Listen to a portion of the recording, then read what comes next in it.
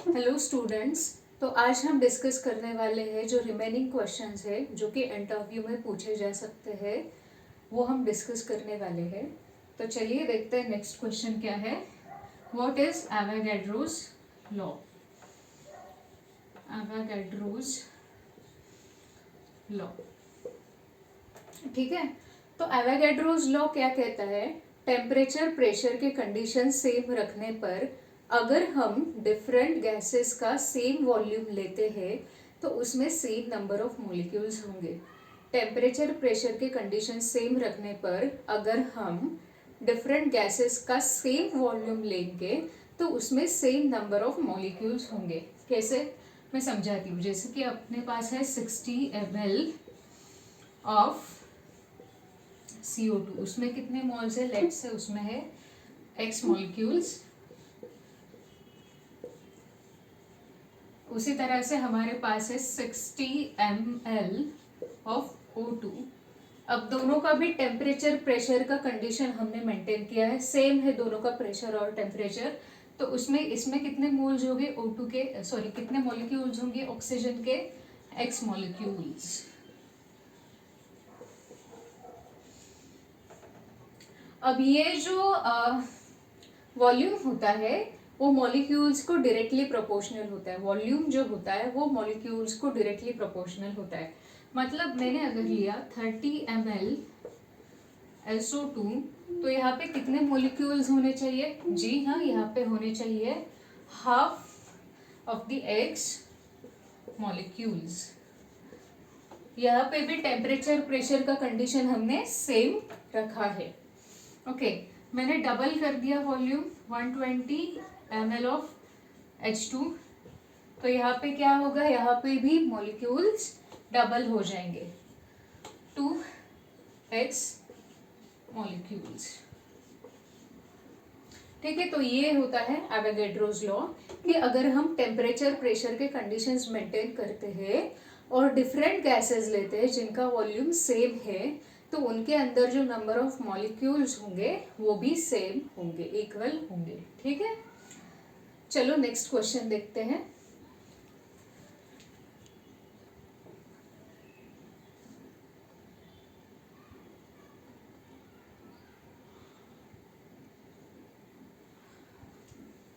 Our next question is what is difference between atom, molecule and element? ठीक है, तो सबसे पहले देखते हैं एटम। एटम जो होता है वो मैटर का सबसे स्मॉलेस्ट पार्टिकल होता है जिसके अंदर पॉजिटिवली चार्ज्ड न्यूक्लियस होता है और उसके around negatively charged electrons revolve होते हैं। ठीक है, और जो मॉलिक्यूल होता है वो दो या दो से ज़्यादा एटम से मिलके बनता है। दो या दो से ज़्यादा एटम्स कंबाइन करके मॉलिक्यूल बनता है। मॉलिक्यूल दो टाइप के होते हैं, होमो एटॉमिक मॉलिक्यूल और हेटेरो एटॉमिक मॉलिक्यूल। जो होमो एटॉमिक मॉलिक्यूल्स होते हैं उनमें वन टाइप के एटम्स प्रेजेंट होते हैं, एक ही टाइप के एटम्स प्रेजेंट होंगे थ्रू आउट। और जो हेटेरो एटॉमिक मॉलिक्यूल्स होते हैं उसमें मोर देन वन टाइप के एटम्स प्रेजेंट होते हैं। एलिमेंट, एलिमेंट एक प्योर सब्सटेंस होता है जिसमें सिर्फ वो एटम्स होते हैं जिनके नंबर ऑफ प्रोटॉन्स सेम है। ठीक है, एलिमेंट एक ऐसा प्योर सब्सटेंस है जिसमें सिर्फ वो एटम्स प्रेजेंट है जिनके नंबर ऑफ प्रोटॉन्स सेम है। यानी कि एलिमेंट में भी सेम टाइप के एटम्स प्रेजेंट है। तो अब आप बोलोगे होमो एटॉमिक मॉलिक्यूल और एलिमेंट में डिफरेंस क्या है? होमो एटॉमिक मॉलिक्यूल जो होता है उसको हम डिसोसिएट कर सकते हैं, उसको डिवाइड कर सकते हैं, पर एलिमेंट को डिवाइड नहीं किया जा सकता। Element can not be further divided. ठीक है, तो ये डिफरेंस होता है एटम, मॉलिक्यूल और एलिमेंट में।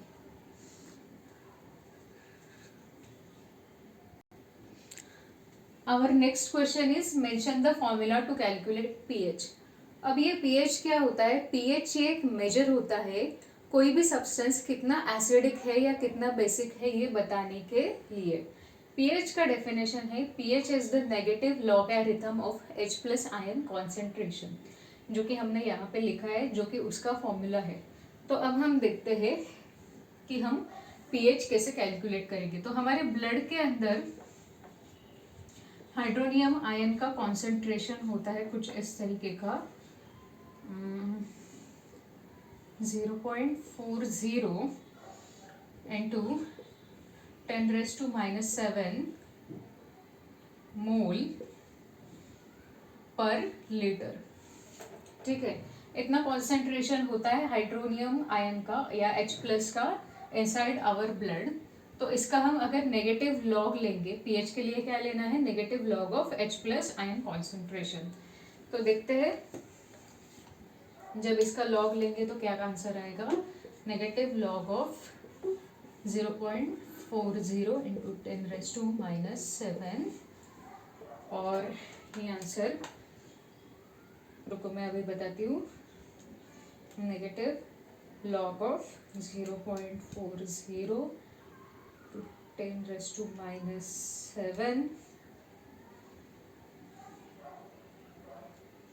-7 which is equal to 7.39। तो देखा आपने कि हम मतलब हम सबको पता है कि हमारा ब्लड जो होता है वो स्लाइटली एल्कलाइन होता है। तो ये देखो ये क्या है, ये स्लाइटली एल्कलाइन है, मतलब पीएच कुछ इस तरीके से हम लोग निकालते हैं। ठीक है, चलिए नेक्स्ट क्वेश्चन देखते हैं। नेक्स्ट क्वेश्चन है what is dipole dipole force. Dipole dipole force को समझने के लिए आपको पता होना चाहिए डाइपोल क्या होता है। इसके लिए समझते हैं पोलर मॉलिक्यूल किसको कहते हैं।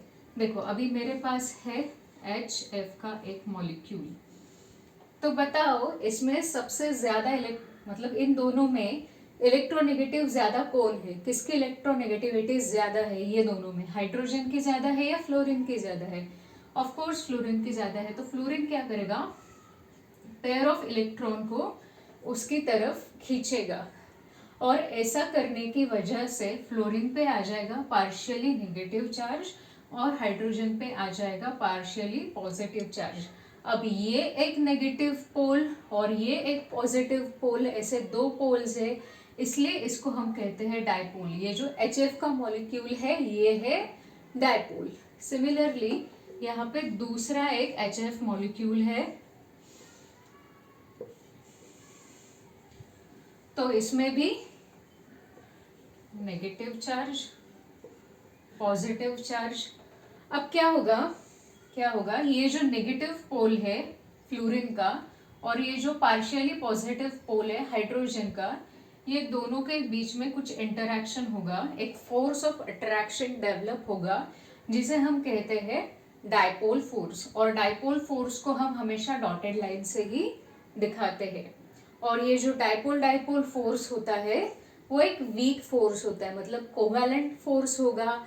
आयोनिक बॉन्ड में जो फोर्स लगता है वो इससे कई गुना ज्यादा है, ये एक वीक इंटरैक्शन होता है। ठीक है,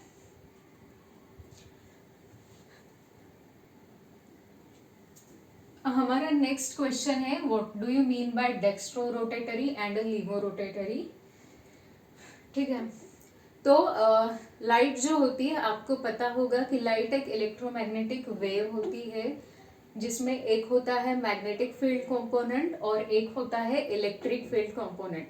और दोनों भी कंपोनेंट एक दूसरे को कैसे होते हैं, परपेंडिकुलर होते हैं। मतलब ये अगर ऐसा हॉरिजॉन्टल है तो ये ऐसा वर्टिकल होगा, दोनों एक दूसरे को परपेंडिकुलर होते हैं। ठीक है, ये हॉरिजॉन्टल होगा तो ये वर्टिकल होगा।